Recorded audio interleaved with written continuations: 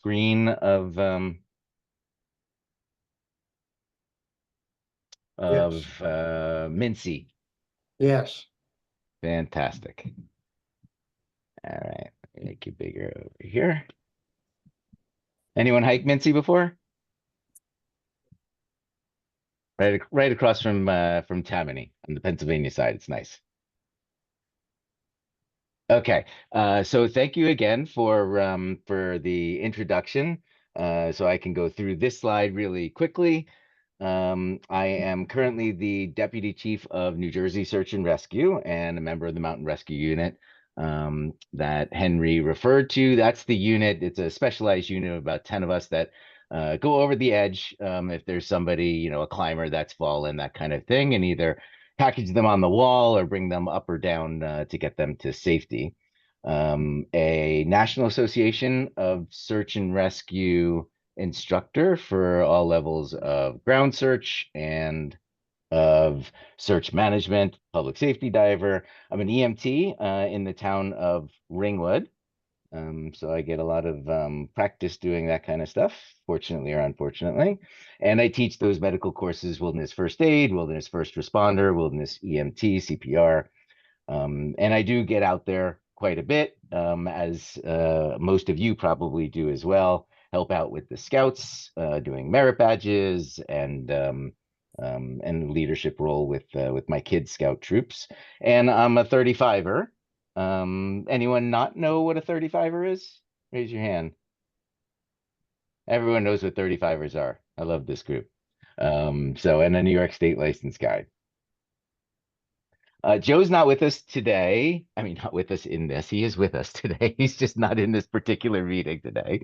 But I did want to share his resume because a lot of you guys would be interested in this. He's a former lieutenant on New Jersey Search and Rescue, and he's the former lead of that mountain rescue unit, and he teaches all the different things. But in particular, he's an Adirondack winter mountaineering school instructor. He leads backpacking trips in the ADKs in the winter, all over the place, February -30 kind of stuff.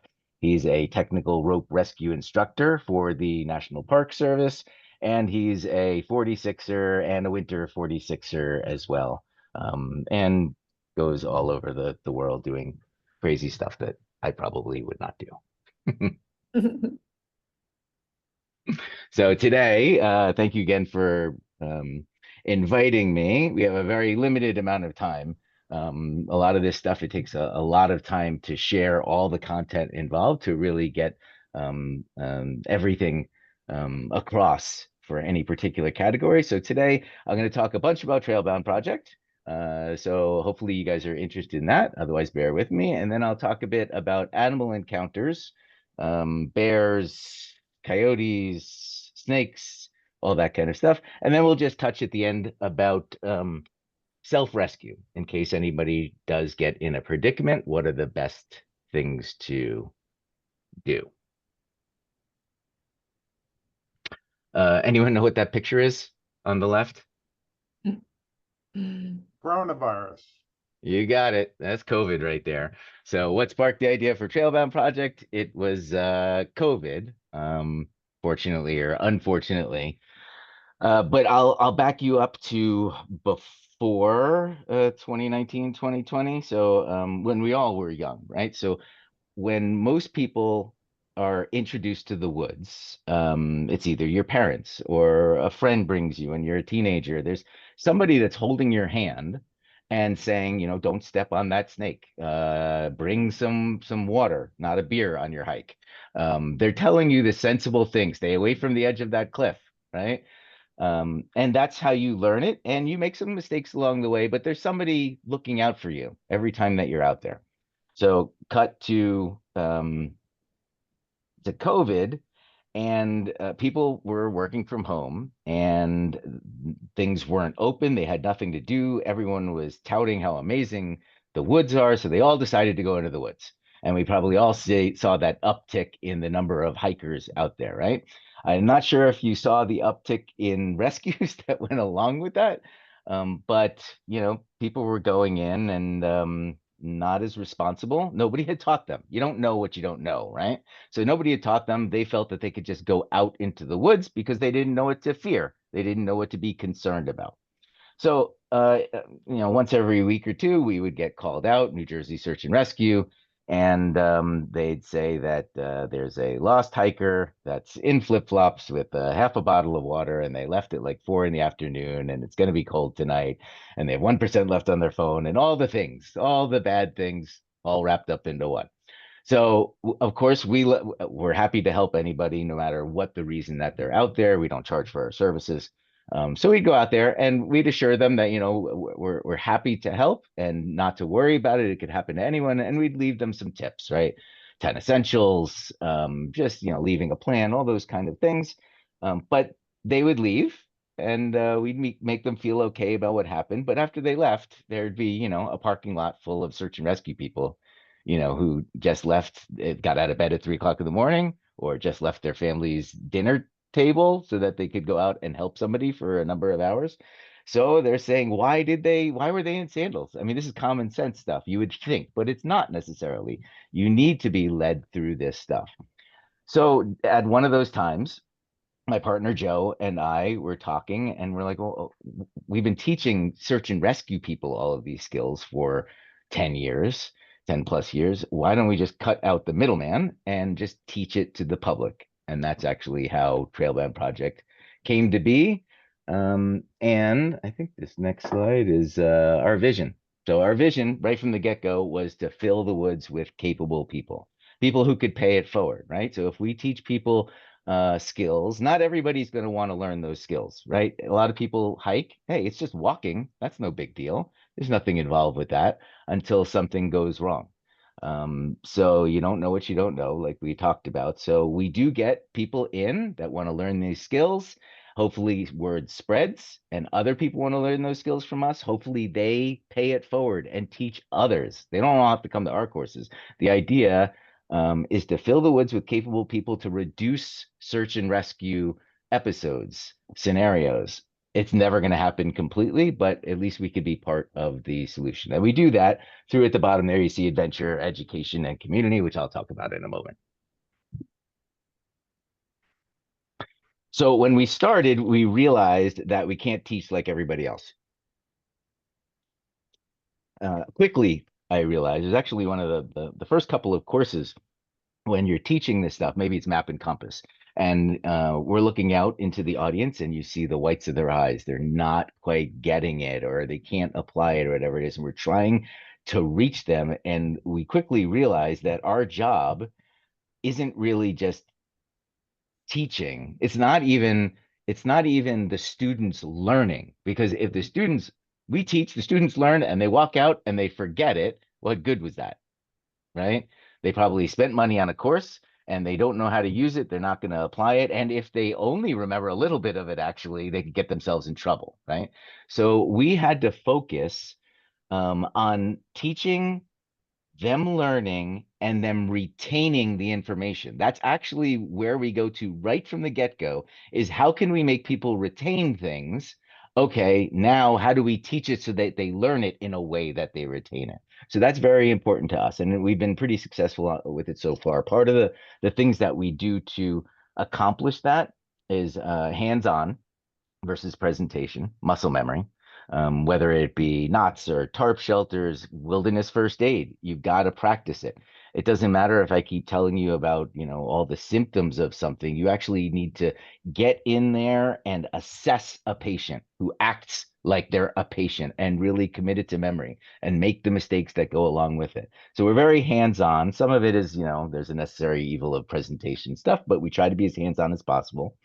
Another thing we do is we evolve, and because we're search and rescue, we know that we need to evolve. We're kind of at the edge of what's going on because we're part of the Wilderness Medical Society, and we're finding out all the latest. We'll be talking about snake envenomations a little bit later in the presentation. That has changed quite a few times over the years, but just in the last year, the protocol has completely changed. So we find out about that stuff pretty quickly, pretty soon on, and then we're able to convey it. But the other thing that we do is after every course, probably even after this presentation, I'll send you guys something that says, rip me apart. Tell me what was in this that I spent too much time on that you don't really need to know. What did you expect to be in this presentation or this course or this event that wasn't, and that hopefully will in the future? I didn't understand what you were teaching, and I learn in this other specific way, be it more audio, visual, whatever it is. So maybe you can add something for the people like me. All that kind of stuff. We want to hear it so that we can continually evolve, which has been great over the last 3 years. Our courses are very different than what they were when they started as we evolved with that. So that's been great.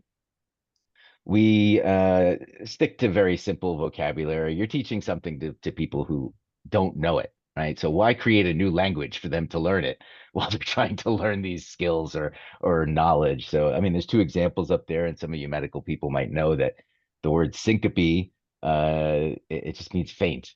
So why not use the word faint? Diaphoretic means sweaty and pale. So use the language that people understand. Later on, we can go geek out on all the language and stuff. But when you're first teaching people this stuff, you don't want to try to make yourself as a teacher look good. They want them to retain the information like we talked about before. We're very interactive. I won't be so much in this presentation because that would be kind of crazy. In fact, after my introduction before, normally the next slide says, let's go around and say, where are you from and how much you know about this stuff, which would have been mayhem for this one. But usually we're very interactive, asking questions, having discussions, and being interactive. Safe place. This was always important to me. I call it safe place. It means that whenever we're in a course, on event, asking questions, whatever it is always a safe place to fail. In fact, I want you to fail as much as you possibly can. Um, I'm not thinking of a good example right now, but some of the things that I know the best were the ones that I did that I embarrassed the hell out of myself, right? I did something and I was like, oh my God, I'm never going to do that. And you never do, right? So that's fantastic. So as long as you're in a safe place to fail, you can just go through your course failing and failing and failing and putting yourself out there because it's the only way you learn, and you will actually learn the most. You'll walk away. If you get something kind of easy and you know it kind of halfway, then you're not going to be good at it. It's really trying hard, doing great at some things, failing at others, and then getting it better afterwards. So that's very important to us. And then the fact that all of these skills, hiking skills, map and compass and knots and all these kind of things, they're all perishable skills. They just leak out of your ear. I don't know why, more so than other things, but if you don't practice them, you don't use them, you don't talk about them, you're not in a community where everybody geeks out on this stuff and it just stays relevant to you and you get updated on the newest thing, it disappears. So we knew that was extremely important. So we did two things. One is we created Dirt Time, which Anastasia has been to, I know, and maybe a couple of other people here have been there. It's a free event we do every month where we just all get together. And we feed you. We buy like 20 pies of pizza. Everyone brings, different dishes to share and desserts. And it's the first Friday of every month, unless there's a holiday or bad weather, then it might be the second Friday. Totally free. It's at the Weiss Center in Ringwood, usually. And from 5 to 7, we practice skills, whatever anyone requests, knots, wilderness first aid. Last time we had people sleeping pads all over so people could try them to decide which ones they wanted to buy from REI. Sometimes we set up shelters and we teach all kinds of stuff. So that's from 5 to 7. And by 7, it's getting dark. We have the campfire going, s'mores. We got some tunes on and everybody's hanging out and, meeting people. But I'll go into that a little more later. But the other thing that we did to address perishable skills is to refresh for free. So, for instance, if you take a lot of courses that we put on, some are lower cost, but usually they're like 70 for a half day and like 150 for like a full day course, like a map and compass course. You're there all day, and I think it costs 150. Once you take it, you can take it again as many times as you want for free. You want to refresh on it? Come join us. It helps us, right? Because you are going to have some of the knowledge you're refreshing, on it again. You'll be sitting at a table with somebody else helping them. You teaching somebody else actually cements it in your mind. They see somebody who's at their level teaching them, it inspires them. So all around, it's fantastic. So we get trail bounders that are constantly just emailing and say, hey, I want to refresh on fire. Can I jump into that class? Sure. Jump in, we put them in, and it's free. So hopefully that has helped trail bounders along the way. I don't know if it's something we'll be able to do forever, because at some point you have so many students and it would just fill up. So maybe we would limit it to like 5 of the 24 or something, but we're going to continue with that policy as much as we can. Another program we have, that's our logo in the middle. And there are 4 rockers that go on the outside. One is the hiker, we got the backpacker, bushwhacker, and instructor. And for hiker, backpacker, and bushwhacker, there are, once you complete all the courses and do well in them, you earn those. And actually, I'll go over each one. We start with the hiker rocker. So the hiker rocker has the most courses in it. There are 10 courses. A lot of you might already be familiar with a lot of the topics that are in these. Some of you might be experts. Fantastic. You jump in, you could be instructors for us. Others, we find the people that even though they hike every day for their entire lives, they're out there every Sunday, whatever it is, and I have a conversation with them, and what they say surprises me. Because again, you don't know what you don't know, right? So unless you're exposed to the information, so I get a lot of odd questions by really experienced people, and I say, depending on what the interaction is, I might say, hey, you might want to look into this information. We take courses. There's other stuff out there. So the ones that we have under the hiker rocker is hiking gear essentials, which I heard you recently had a presentation on by somebody. So going over, it's kind of the 10 essentials on steroids. We have our own take on it where we go to the point, because we have 70 people on our search and rescue team, we destroy our gear, right? Whether be it helmet, be it gloves, be it our backpacks, everything, our shoes. So we know what works and what doesn't.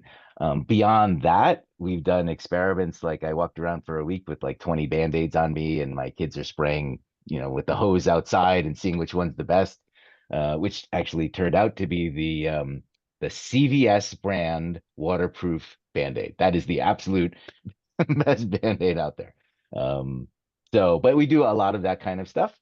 Hiking basics and safety, which goes over things like inclement weather, thunder stance, what to do, dog fights on the trail, how to deal with that, angry plant ID, poison ivy, poison oak, all that kind of stuff, reading trail bases. So a lot of stuff that you guys probably already know, maybe sprinkle with some stuff that would be new to you. Map and compass navigation, digital app, hike planning, which is primarily about Caltopo, which is the absolute best app for planning hiking trips. All Trails is great for doing some research, finding out what's popular if you want to avoid it or do those things, seeing what the most recent conditions are. It's not something you should be navigating out there in the woods with. It's crowdsourced. Um, but Caltopo is fantastic, along with Avenza for the New York, New Jersey Trail Conference apps. And we have courses on fire, and it's not fire like, although I love doing bow drills, and we're thinking about doing a bushcraft arm of Trailbound. Right now, we don't have it. We look at things through a search and rescue perspective. We train, that's a 4-hour class, that fire class. We train so that within 2 minutes, in 40-mile-an-hour winds with rain coming down, your hands are freezing, which we actually simulate. Put your hands in the cold water from the stream and then do your fire. With a bunch of failures, we do 5 or 6 fires along the way, adding and removing components so that you actually carry the things that work, and you're able to get a fire in those dire circumstances when you would actually need them, when things go wrong and you need to warm yourself. So that's kind of the perspective that we do these things in. Drinking water treatment, knots and tarp shelters. Of course, we do CPR and wilderness first aid. So once you complete all of those, you have the hiker rocker. Backpacker rocker is a combination of 4 trips, and they're all educational. So the first trip, which isn't much of a backpacking trip per se, although we do have, there's, I think there's four of them, four 80-year-olds that they are hardcore backpackers. They backpack about a mile and a half and then they hang out in camp all day and then they backpack another mile and a half. So that's backpacking. There's all different kinds of backpacking. But backpacking trip intro is it's to remove the barrier to entry, to get people out there who always wanted to do it. And we usually get a reply that says, I want to sign up, but I'm really scared.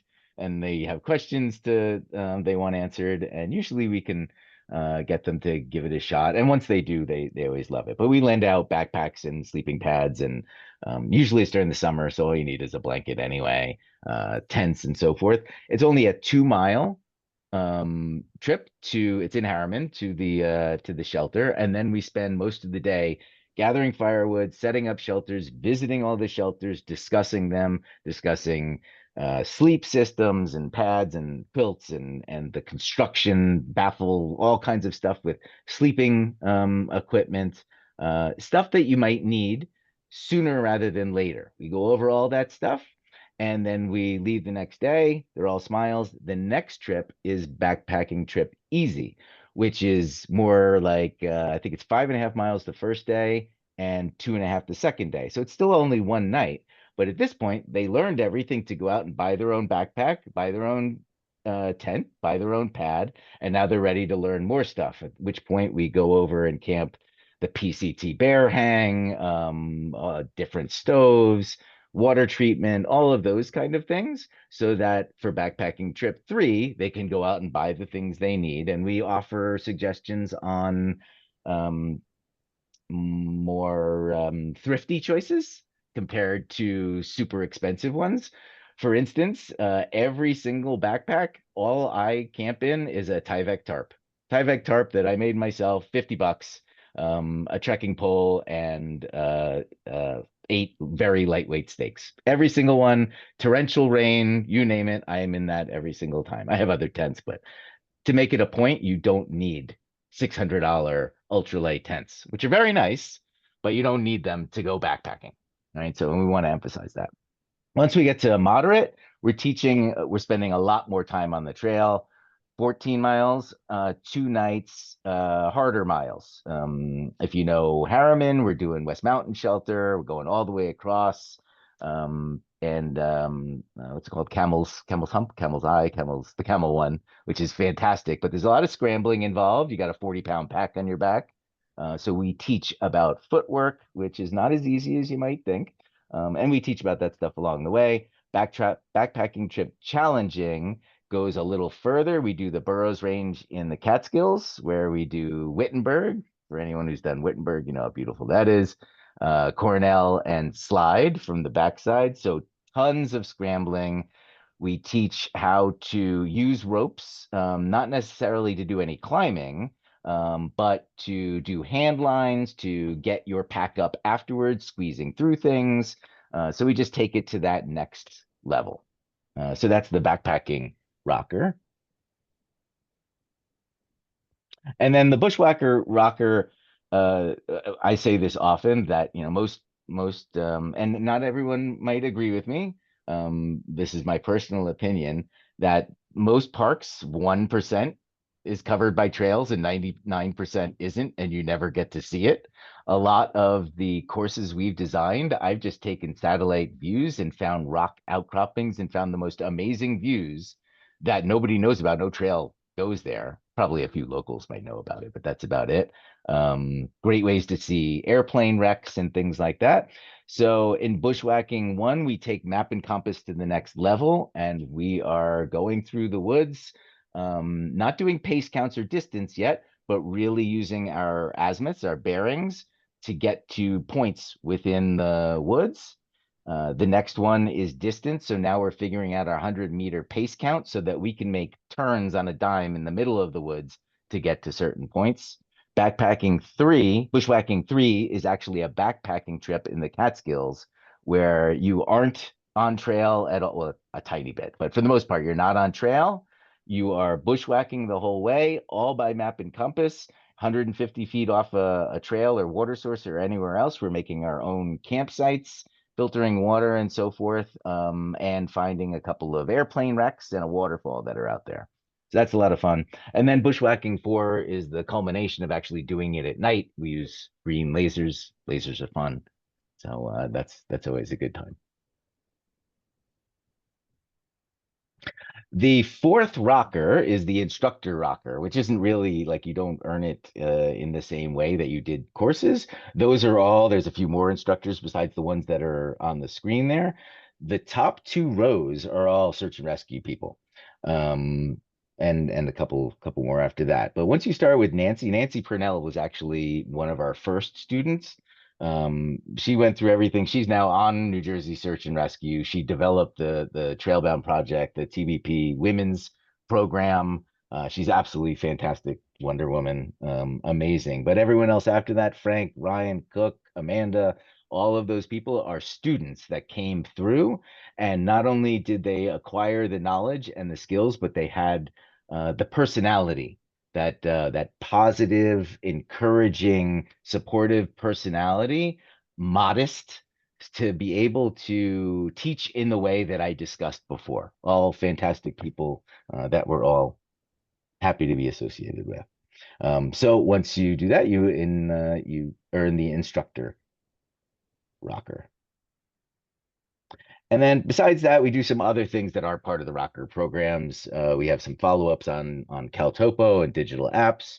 Like I talked about, we have the women's program, which there's an 8-hour Women in the Wilderness course, which goes over safety concerns that women might want to address, make sure they are ready for, that might not be encountered by men, going to the bathroom out in the woods, periods, all those kind of things, devices that they use, all the things that women might want to consider that men might not, and also a safe place to ask the questions that you might not be able to, might not feel comfortable asking in mixed company. That's a fantastic course for that.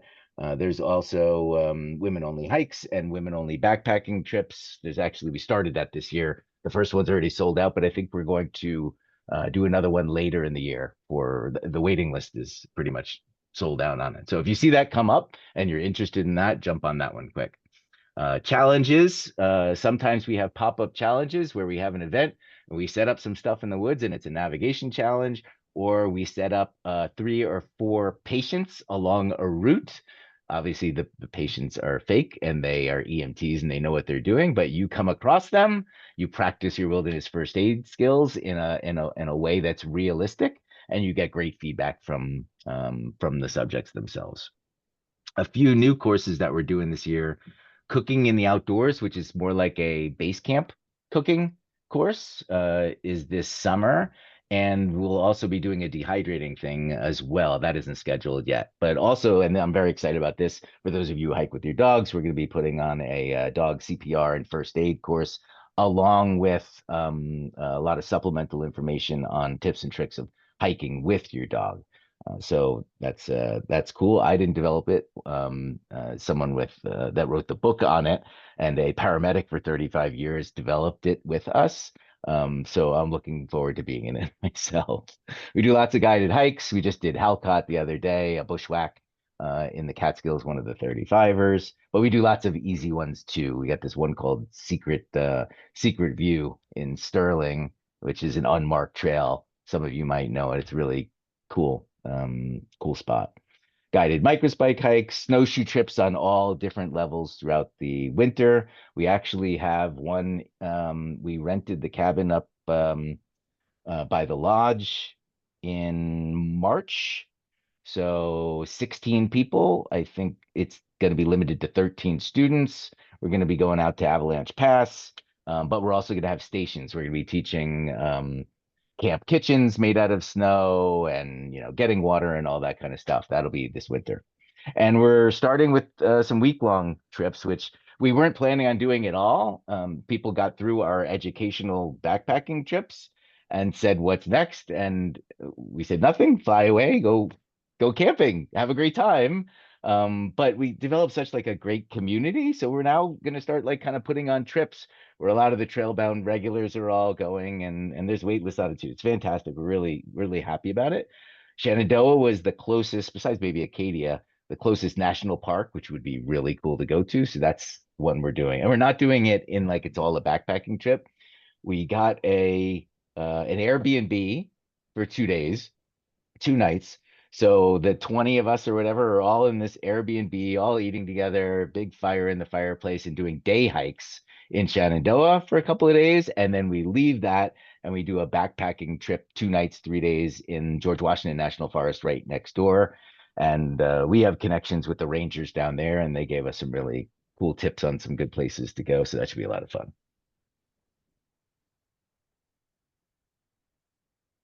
And I think I talked about Dirt Time earlier. So definitely invite you all. It's just a free event. If you're anywhere near Ringwood, New Jersey, at the top of the state by New York State, then we'd love to have you. We'd love to feed you, and we just hang out and listen to tunes and practice stuff. It's very cool. So before I get into animal encounters, were there any questions that you guys had on any? I know it was a lot of information. I was moving kind of quickly. I know I've got a limited time, but shoot if you have any questions. I'll unmute anybody that wants to ask a Raise your hand question. if you have a question. You can unmute yourself now if you Or have you a could- question. Or you could write your question in the chat. And if there's no questions, I mean, I just really did a great job explaining everything. Very impressive list of offerings. Yeah. Let's move on. Sounds good. All right. So, animal encounters, this is not one you'll encounter unless you go to North Africa somewhere. It's a kind of fox. I forget the name of it. They're very cute. These we can encounter, at least one of them we can encounter. On the left side there is a brown or grizzly bear. It's the same bear, just one of them, the brown bear, is by the coast and they eat lots of fish, and the grizzly's more inland and they eat more berries, and they're hungry all the time and they're angrier. But we won't be seeing that, right? In our area, we'll be seeing black bears, and many of you probably have come across black bears in your treks. Hopefully you have, because they can be a little smelly, but they're amazing creatures to watch and to encounter. But if it is a concern of yours, how concerned should you be? What there's been one death ever in New Jersey from a black bear, and we'll be going in depth in a few moments about that particular case and one other case. So how do we avoid them? I don't always want to avoid them. In fact, I remember leading a backpacking merit badge for my daughter's troop a couple of years ago, and one of the girls saw one way out in the distance, and I was like, shh, shh, shh, maybe we can get a picture of it. And like somebody, stepped on a twig, and the bear heard and was gone. And we're talking about a football field and a half away or something. So it's difficult to actually get these encounters. So if you do want to avoid them, it's pretty simple. Even if you hike by yourself, some people sing. I normally clap and I say, "Hey, bear." And if you can see for miles and miles in all different directions, because you don't have any undergrowth and it's a nice low-lying plateau or whatever, then you don't really need to do that. And you look kind of dorky when you do. But if you are on the trail and it's a single track trail and it's, windy, and maybe you got mountain laurel on the sides and it's kind of blind as you go along, I am always clapping, saying, "Hey, bear," making sure that I'm not going to surprise anybody or anything as I make that turn. Going in groups, there's a statistic that nobody has died from an attack that was in a group of more than 3, except if somebody ran. So if you're in a group of more than 3 and everyone stays together, it is non-existent that anybody has ever died from any attack by a bear. That includes grizzlies. I don't know about polar bears, but definitely in our country. So being in groups, that's good. Dogs. Having your dog on leash is helpful. If your dog is off leash, then, and we'll be talking about something that happened back in 2020. If your dog is off leash, it could bug a bear, and then it could end up messing with you as well. So being on leash is important to help avoid them. What should you carry? Air horns. We carry air horns. We carry the little 1.4 ounce air horns. They're tiny. They weigh almost nothing. You can toot at a bear for, a mile away, and they run away. The only ones that don't run away are the city bears. We're talking country bears. We're talking about bears you see in Harriman, in the Adirondacks, in the woods somewhere. If you're encountering one within a few feet of the street, that's a city bear. They go into garbage. They don't care about you. They're not going to attack you, but they're also not going to run away when you toot the air horn. So that's just something to consider. Bear spray, we don't carry bear spray to ward off bears. Like we said, the air horn, very far away, right? The best bear spray is 35 feet. So 10 to 12 steps away. That's as far as it sprays. 10 to 12 steps. I don't want to be 10 to 12 steps from a bear attacking me to break that out. So that's not, and plus it works a little better on brown bears than it does on black bears. But either way, yes, you could use it, but that's not what I would rely on. I would rely on making yourself known, the air horn groups, dogs, all those different kinds of things, and you're just lucky if you encounter one. What if I see a bear run? Don't do that. You might see a bear do this. Just means they're curious. Their eyesight's about as good as ours. But their sense of smell is, insanely amazing. So they're just kind of standing up, trying to figure things out. That is not a sign of aggression. There are two scenarios when there is aggression. So I'm going to discuss these two scenarios, but what I want you to keep in mind is how much time you have to think during the encounter. Okay. So in a stalking scenario, you have tons of time. This is the kind of scenario where it's normally a bigger bear, male bear, and they're just walking along. You see them on the trail, you see them off the trail in a distance.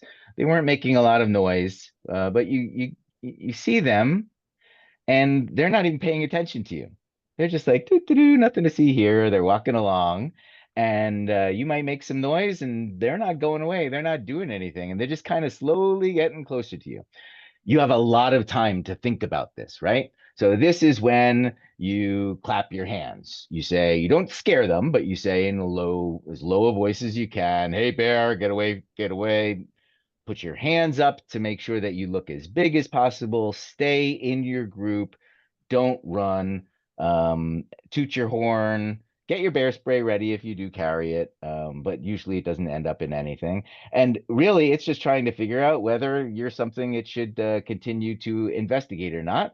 And you want to make it feel like it'll be too much trouble for them. And that normally works. I've encountered this once or twice, and perfectly fine, interesting encounters. And the bear went away. And this almost never happens ever, if you did get attacked by a bear like this, you would leave your pack on, covering up this whole area, and fight back as much as possible. Why? You want to make it think you are not an easy meal, right? Make it as hard as possible on them. The key to doing all of those things is you had tons of time to think about it. Next scenario. Surprise. So that's a mama bear in the front, couple of cubs behind. You are on that trail with the rhododendron or the mountain laurel, and you didn't clap because you were just, walking along daydreaming, and you turn the corner and there they are. And the first thing that the bear does is attack you instantly. You have no time to think. You don't act big. You don't tell it to go away. You just cover up your neck and head and drop down. That's it. If you fight back against that bear, it is going to continue to think you are a threat, and it'll continue to attack you until you stop for one reason or another, and then it'll go away. So your best bet in this scenario, you have no time to think, drop down. That's it. Drop down and wait for it to be over. Right? So two different scenarios. And I've got two different real life scenarios to go over to kind of illustrate how this works. Like we talked about before, the Rutgers student killed by the bear. This happened in 2014. It's already been 11 years. 5 friends were hiking in Apshawa Preserve in West Milford. A couple that was boyfriend, girlfriend coming in the other way said there was a bear following them and not to go that way. They continued anyway, stopped to take photographs of the bear with their cell phones. There were 5, I have 4, I think, 4 or 5 photos of the 250 to 300 pound bear on Darish Patel. That's the gentleman who unfortunately passed away, on his cell phone, each closer and closer to within 100 feet. They then walked away from the bear, said, they were done with their fun, and it followed. As they increased their speed, it kept pace. When the bear was 15 feet away, they took off running in separate directions, and we know how that ended. The friends last saw Darish Patel, a 22-year-old Rutgers student, out of breath, missing a shoe and climbing a rock formation, with the bear closing in on him as he yelled for them to keep going. After regrouping, they couldn't find their friend and called police. And after 2 hours, the police found the bear lingering near the body, and it was euthanized. Also unfortunate. Darish Patel is the only person to have ever died from a bear attack in New Jersey. I do have the photos. That's the first photo on the left, getting a little bigger on number 2 on the right. Number 3 and number 4 is pretty close there. Closer than anybody should be observing bears in nature if you can help it. We also have the eyewitness account from the boyfriend and the girlfriend. That's actually their written statement there, redacted. The boyfriend wrote, "I didn't see it at first. It was about 100 feet away." So this is before the 5 encountered them. "Just sort of standing there. It didn't really seem to notice me or be aggressive, so I stood and watched. And then I saw the bear walking off the center of the trail after us. It didn't seem to be walking very quickly or necessarily even following us. It wasn't acting aggressively as far as I could tell. About a minute later, we came across 5 hikers. We told them there was a bear a few hundred feet up the trail and to be careful, and continued on our way." And the girlfriend also stated they were intrigued, these 5 students, as most people would be, and wanted to see the bear. We warned them that it was following us and not to go towards it. So, everything there just screams of a stalking bear.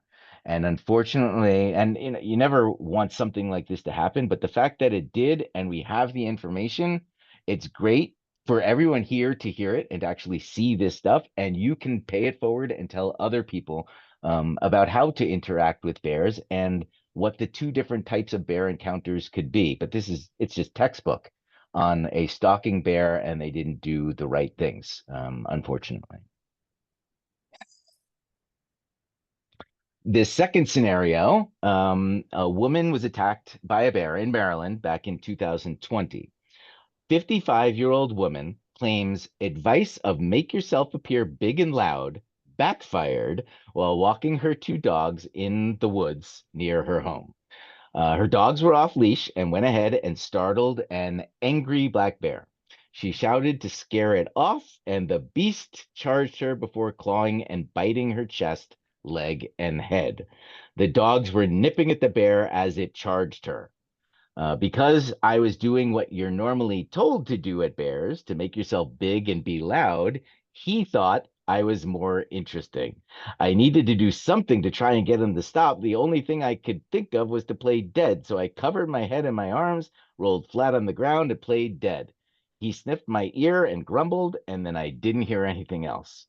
Once the adolescent, before he's like big, huge, angry bear, now he's an adolescent bear, believed to be around 2 years old and weighing 200 pounds, finally released Renee. She was able to call for help. She said, "I don't know if the bear just assumed the threat was over and I wasn't worth his time anymore. I have no idea, but I'm thankful he went away. I feel very lucky because you don't survive a large animal attack like that. They are so strong and angry. You can't even win if you tried. That little bear was angry. Make sure you're looking all around you because they're quiet. I didn't even hear the bear coming out of the woods." Again, just absolute textbook on what we were talking before about startling it wasn't a male bear. That was a mother bear, of course, right? Mother bears are smaller, is with some cubs. and the dogs probably went up off leash, startled the bear, and then the woman starts yelling, and the bear's just trying to attack everything that could attack its children, right? And as soon as she stopped doing it, went down, she went away. There was no longer a threat. So, two pretty perfect examples of what happens in these scenarios. So actually, I'm going to try this. Hopefully this will work. Let me know if this plays for you. It's a video. Yeah, playing.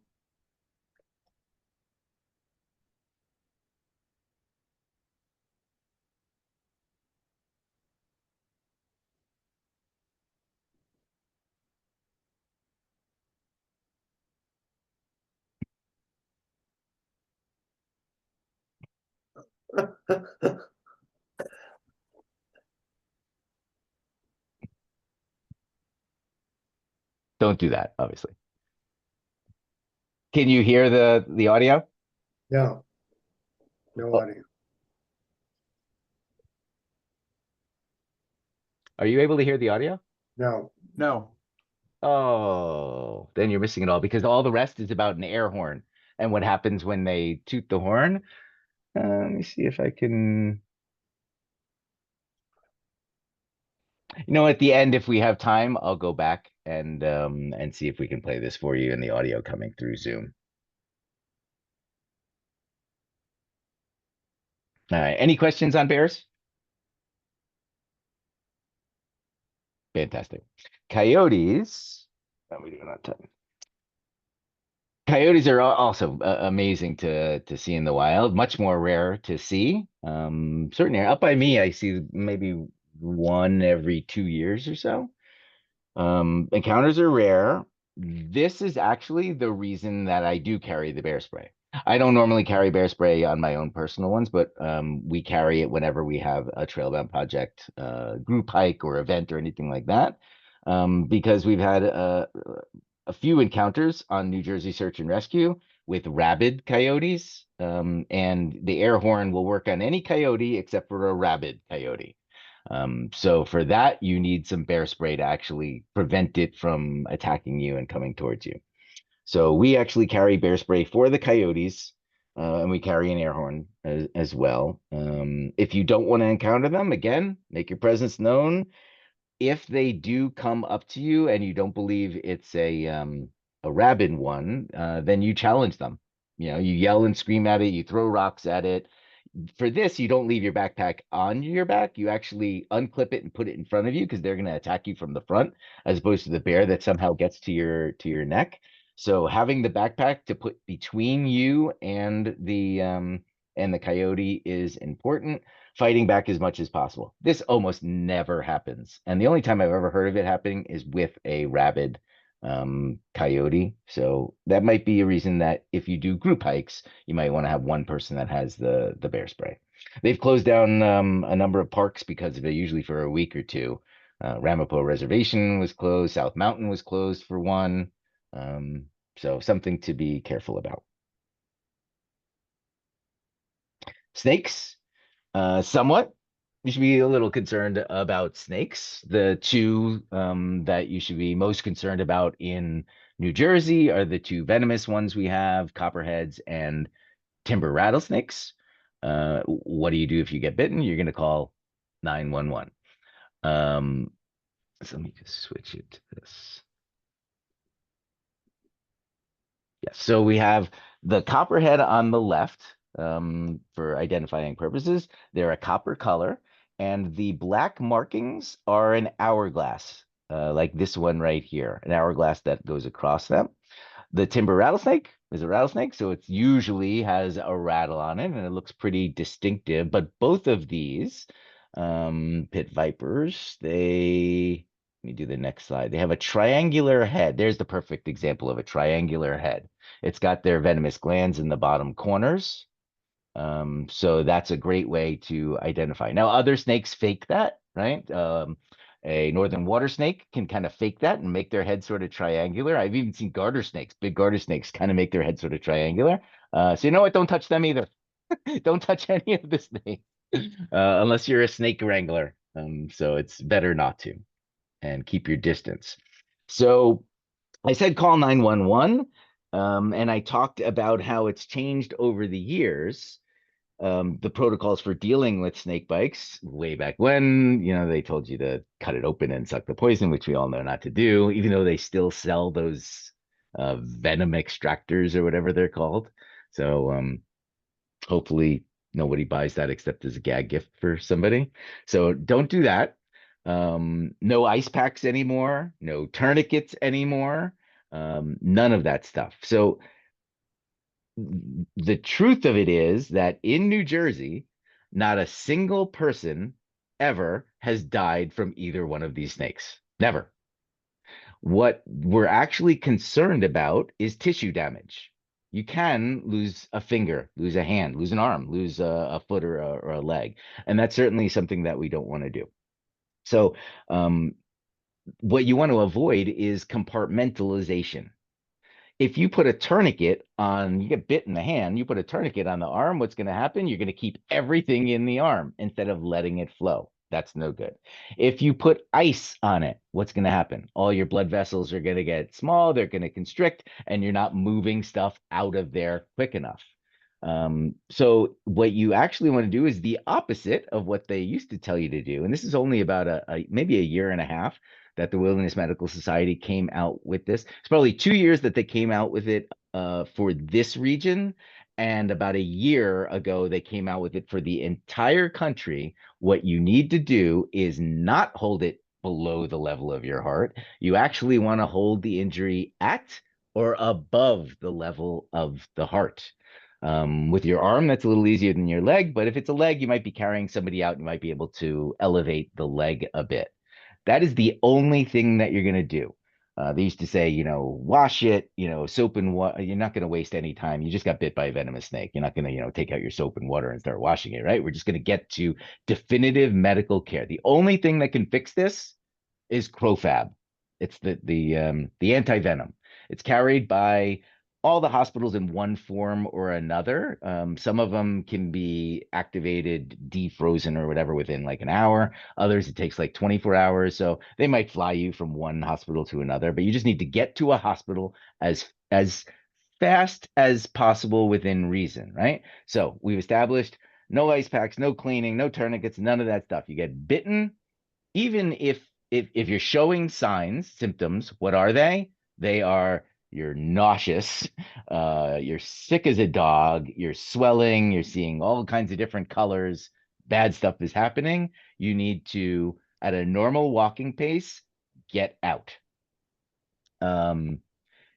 This is worse for people who are smaller, for kids, for dogs that weigh less, right? They're getting the same amount of venom, but they have less to distribute it. So you can even call 911 and request a medevac. Anybody can do. They might not give it to you, but anybody can request a medevac. You could say, "There's a big field next to me over here. These are my coordinates. My daughter, who's 10 years old, just got bit by a confirmed timber rattlesnake, and we need a medevac right here." And hopefully they will provide that to you. They'll tell you either to stay put or to start moving towards an exit. It's difficult to move when you're nauseous and in pain and lightheaded and maybe passing out and stuff. But again, nobody has ever died. What we're concerned about is tissue damage. So those are the protocols to get to healthcare, and it'll be costly once you get there. It's if you do need anti-venom, it could be anywhere from $20,000 to $70,000 worth of the stuff to get you okay.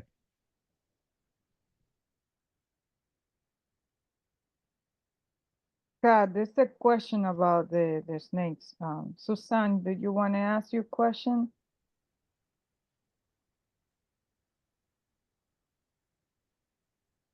She can unmute herself. Oh, hello. I was just wondering, I thought I had seen quite a few copperheads in the water last summer in Harriman. Could that be? Are there poisonous snakes in the water too? Not usually. Both the timber and the copperhead, The timber rattlesnakes seem to be a little more in very, very sunny spots, and the copperheads, and this is anecdotal experience, I've seen a lot of them, seem to be more along the trails, not necessarily always in a really sunny spot, but they're both out there on the land. It's possible that they could go in the water, but it's pretty rare. The ones that you see in the water are the northern water snakes, which can look similar to those snakes, and like I said, can puff out its make its head kind of triangular. And those are mean snakes. Like, some are corn snakes are really nice snakes. Those northern water snakes are not happy snakes. So you don't want to mess with them either, because they'll give you a nice, good infection.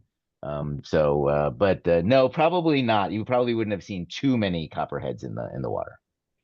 Okay, thank you very much. Sure. This picture here, I took this picture, and I was walking in the direction going down. I was walking in that direction, and I was actually on a search and rescue drill. I was flanking a dog who never even saw it. And I stepped on this log in between the end of the picture and the S in the word step. I stepped on top of it because I followed my own advice that I tell people: never step on a trail or even off trail. This was actually off trail, over a big rock or over a log. Always step on top of it first, and as you make your momentum over, look down to make sure there's nothing there. And 8 billion times I've done that, and there's never been anything there, and that time there was. So I kind of, I was like, oh, and I went off to the left, and I stepped away, and I, used my phone to zoom in and took a nice picture of it, which is a pretty cool picture. But if I had stepped over it, I probably would have stepped beside it and scared it enough that it might have, and it never rattled, but it might have either rattled or snapped at me if I had stepped beside it. And I didn't bring any attention to it. The dog never noticed that it was there. It never rattled, and we continued on our way. But after a while of hiking, you get kind of an inkling. You can feel what kind of day it is, what the temperature is out, what the wind is like, and then you start feeling the sun on you, and you almost get this sixth sense of, this is a good place. This is a place where a snake would probably hang out. And I got that kind of feeling as I was walking up on this, which was interesting. The more you hike, the more experience you have, the more of an ability you have to keep yourself safe. So any questions on any of the animal interactions? The bears, the coyotes, the snakes, or any others that you want to bring up? Please Perfect. unmute yourself if you want to ask a question. Thank you. We're all good to move on, I think. So lastly, I wanted to touch on safety and self-rescue. Most of you probably, because you're hikers, and part of the ADK, you know about the 10 essentials. If you don't, I highly encourage you to look them up. REI has one. The NPS has a really good one. We have one, like I said, that's on steroids. We love ours, and it actually includes some other things. We changed the category names, and one of them is communications, and it includes, because cell phones and USB chargers are not part of the 10 essentials. But in my opinion, it should be. Whether it's one of the 10 or the 11th, you need your cell phone and a cell phone charger in case anything goes wrong. That can allow you to continue navigating, to continue to communicate in an emergency. If you forgot your headlamp, or your headlamp died and you didn't bring extra batteries because you used them last time, whatever the reason, having a cell phone charging brick along with your cell phone is extremely important. Leave a plan. Hopefully everyone here does that, whether it's with a friend, family members. Maybe you guys are even at this point using Caltopo and having other people track you, because you can just send them the link to the map and they can just watch you as you hike along. And if you stop for a long period of time, they can text you, say everything okay. So leave a plan. At the very least, leave it in a windshield, although there's been quite a few break-ins. I was just talking to one of the park police up by Castle Ruins on the top of Skyline Drive in Oakland, and he said he's constantly the people near 287 People come up, they see all the hikers there. They're all in the woods and they pop out the lock. They steal any wallet or cell phone that's in there because people don't want to carry it. That's more weight. Leave it in your car. And then they head down. They go to Staples where they use the cards and the money or whatever to buy like gift cards. And then they jump on 287 and they're out of there. So that's straight from the police. They're constantly battling that. So important, leave your plans with people verbally written and given to them in some other way instead of on the windshield. And don't leave your wallets and cell phones in your car if you can help it. Important tip. Stay in one place. If you start moving around, it's going to complicate us trying to find you, especially if we did get some hints on where you might be. STOP is an acronym, so you're not going to want to panic. STOP, S is stop, T is think, O is observe, and P is plan. So normally, when we practice this, stop what you're doing, breathe, take a minute, take 2 minutes. There's no rush. Just stop, breathe. All right. What am I going to do? Let's dump my pack. Let's see all the things I've got. Let's see if my cell phone works. What are the things that I've been taught in the past? And just kind of think things through. What can I do with the things that I have? If you did take the hiking gear essentials or hiking basics and safety, you should have everything to hang out there for a week. We actually, in under 8 pounds, which includes a 1 pound Tyvek tarp, a full EMT first aid kit, a water filter. It's all under 8 pounds in your backpack. You have everything you need to help other people, to help yourself, just by making sure those 10 essentials are all covered. One of the most important thing being a headlamp with batteries, a second headlamp with batteries, and 3 more AAA batteries. Those 3 things, because you're going to end up at night somewhere. If you have no light, there's nothing you can do. That's there's absolutely nothing. You can't use your first aid kit. You can't get out. You can't do anything. So that's very important, your headlamps. Headlamps only weigh 3.5 ounces. Why a flashlight and a headlamp? No reason. You can hold a headlamp like this, just like a flashlight. 2 headlamps. So don't panic. Use the STOP acronym.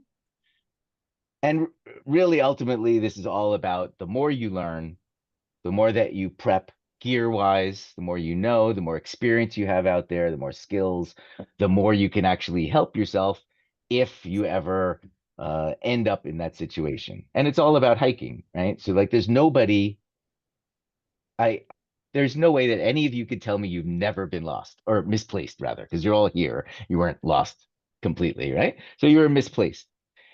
What I think of as a good hiker is how long it takes you to realize that you're misplaced, how long it took you to figure out you're off trail, and your ability to get back from that point. That is what a good hiker is. And it's an accumulation of the knowledge and skills and experience of being out there and leading other people, which a number of you guys do, because when you lead other people, you pass on these gold nuggets and it cements it in your own head.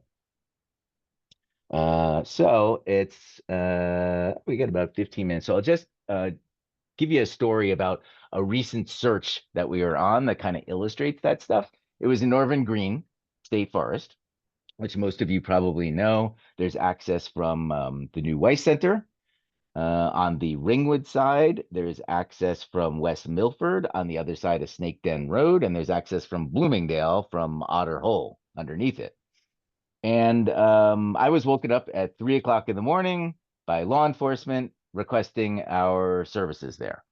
So I asked some questions. I said, what happened? They said, we have an adult male, I don't know, 40, something like that, with his 12-year-old son, 42. They went out for a hike and they live in Clifton. They were expected back. They went for a hike at 3 in the afternoon. They were expected back home in Clifton by the wife at around 10 p.m. They weren't there. Did she call immediately? No, nobody calls immediately. So she waited. They're just probably grabbed some food on the way home. They did whatever. 1 o'clock in the morning rolls around. She says, I need to call police, something. So that call goes in and it goes to who? The police department. So the police department goes over to the scene. They yell and scream and they do their sirens and stuff. Now it's 2 hours later, 3 o'clock. They still can't find them. Now they dispatch search and rescue. That is the normal procedure of what happens. It takes a while. Now, it there's also the fact that New Jersey Search and Rescue might have 70 members, 55 of which who are active. They're all over New Jersey. In fact, we have 3 members that are in Eastern Pennsylvania, and we have a number of members in Brooklyn, Queens, Rochester, and the majority in New Jersey. So they're coming from all of those places being dispatched at 3 o'clock in the morning, right? Some of them might still be out. If they had some alcohol, they can't they can't come to the search until maybe the second operational period or whatever.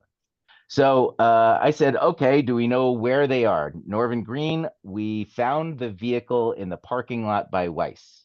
Okay, I know where they left from, but I have no idea where they went. And the only plan that he left was that he was going to climb a mountain. Unfortunately, this guy's MO is that he likes to detach from civilization. So him and his son, they put their cell phones in their glove compartment and they went off. So they had no cell phones. So we have no idea. We can't ping them. We can't anything. In fact, we did ping them and it showed up at the car and we realized they didn't have the cell phones. However, luckily enough, this guy, also his MO, is that as he hikes along and he gets to cool places that people congregate, like waterfalls, whatever it is, he asks people to take a picture of him and text his wife. So his wife just gets these random texts of pictures of him and his son in places. So I get off the phone with law enforcement. I call up the wife. I said, "Can you text me the photograph that the picture that he sent? Maybe I can get some coordinates off it or whatever." She sends it. I recognize it. It's Wyanoke High Point. So not too bad. Only problem is we've already searched Wyanoke High Point and they're not there.